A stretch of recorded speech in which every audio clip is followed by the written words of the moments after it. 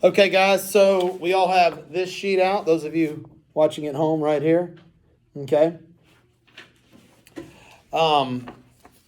We did last week the first introductory paragraph about cell phones and how they've changed the world so much. So we're moving on to the second one, which is a true story. It's a paragraph about a former landlord of mine named Billy Joe Johnson.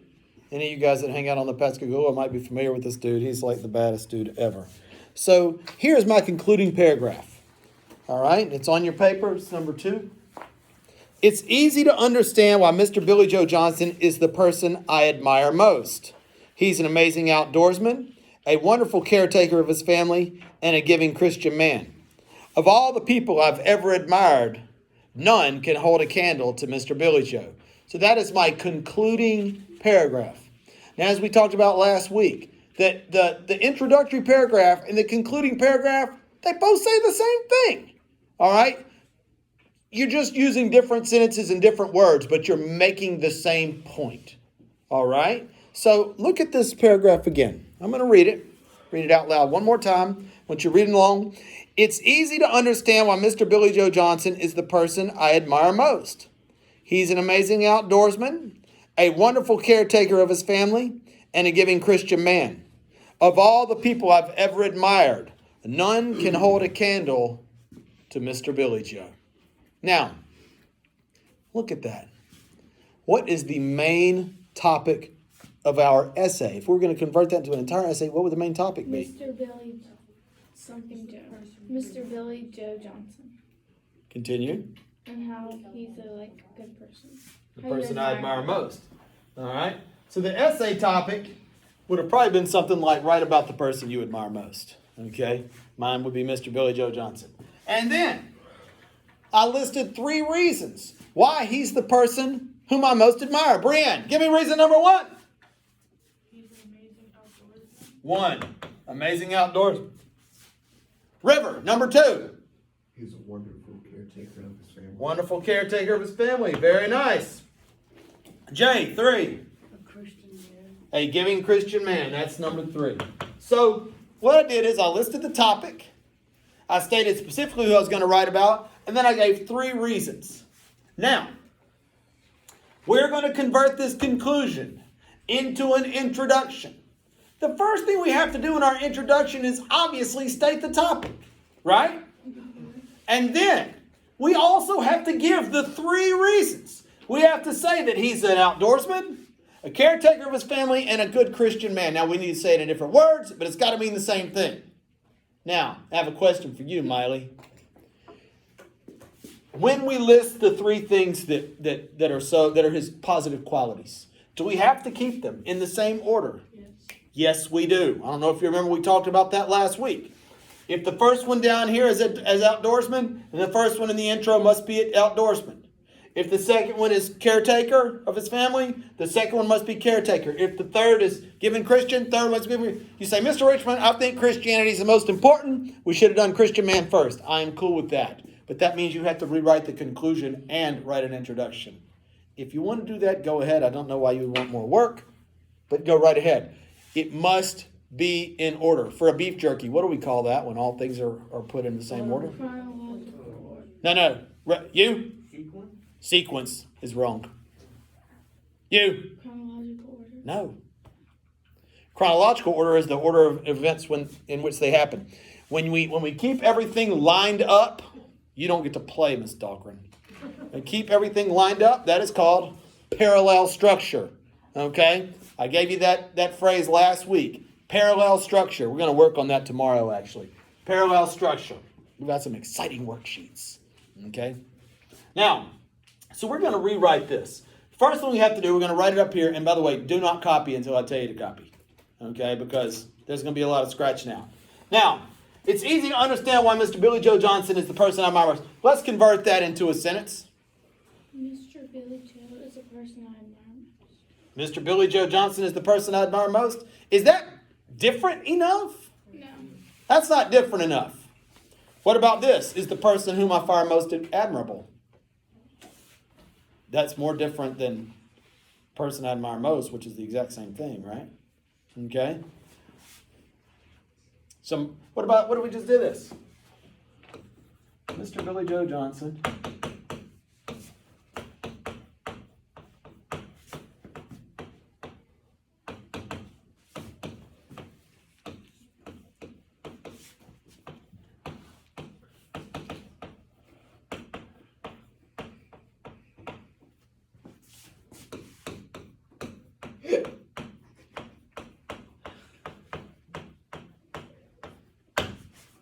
What about that? Mr. Billy Joe Johnson is the most admirable person I have ever known. As opposed to just recopying Mr. Billy Joe as the person I'm in the same thing, but different words. Isn't that the same thing with different words? That is all a conclusion and an introduction. That's all they do. They are the same thing with different words.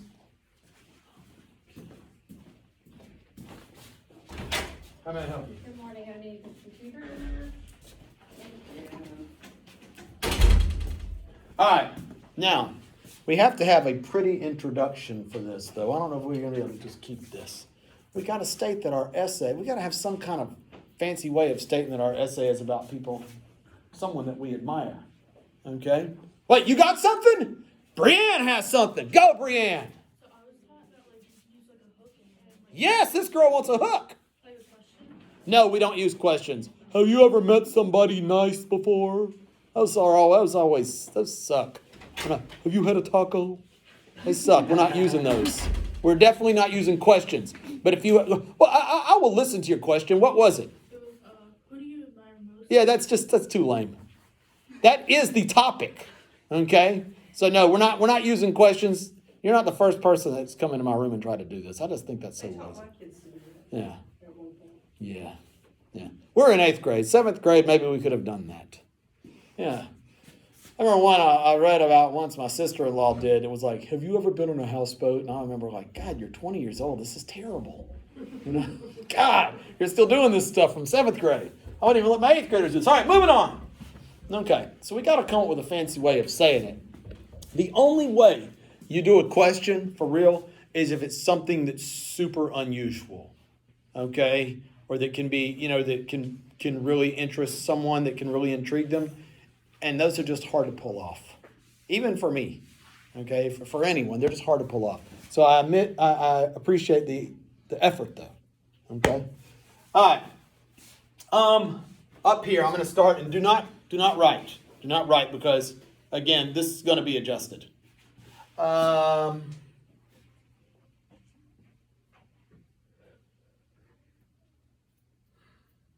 have to think.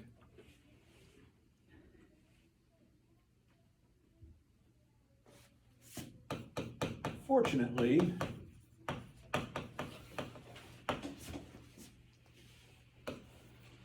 in life,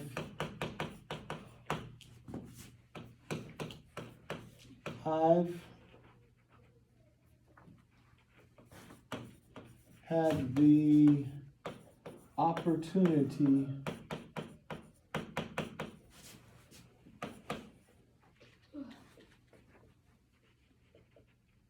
to deeply know quite a few amazing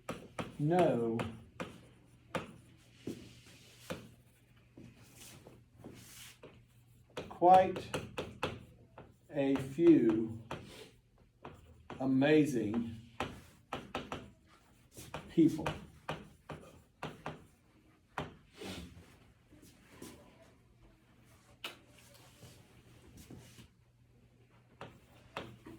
Of all those, I would have to say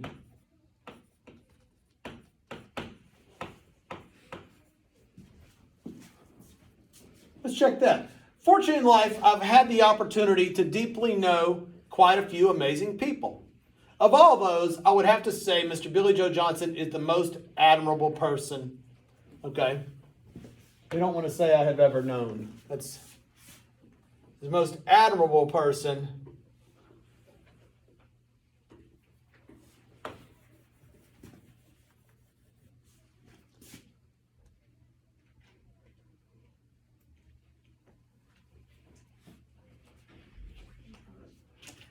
in my life. Or Would that be all right? What were you going to say, Isabel? Like the most valuable person. Hey, y'all, we have a new register. Or like I have accountant. Like I have met. Oh, I have come into contact with yeah. you. I have acknowledged. No, that means to recognize. Okay.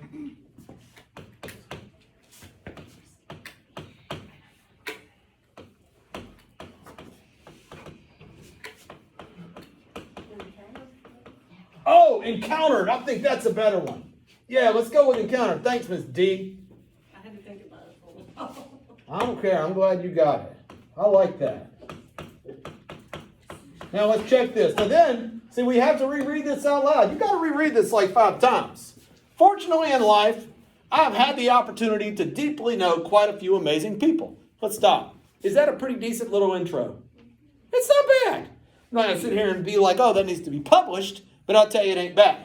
Of all those, I would have to say Mr. Billy Joe Johnson is the most admirable person I have encountered. That's actually not bad. Okay? Now, what you're going to do is this. You are going to copy this right here on number 2. And then, you listening, Abigail? And then, you are going to finish the paragraph.